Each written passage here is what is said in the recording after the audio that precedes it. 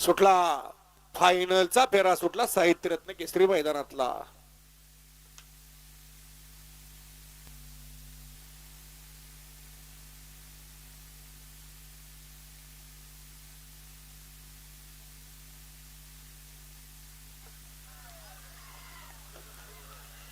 अतिशय सुंदर आणि माऊलीनं पाची मारली. परवाचा सोन्या 50-50 केसरी मैदानातला 970 गाड्यातला प्रथम क्रमांकाचा मान पटकावला होता.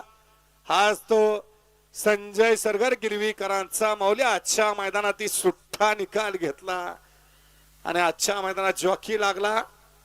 सरगर किंग म्हणून ज्याची ओळख असा प्रशांत ड्रायव्हर चिंचनेरचा.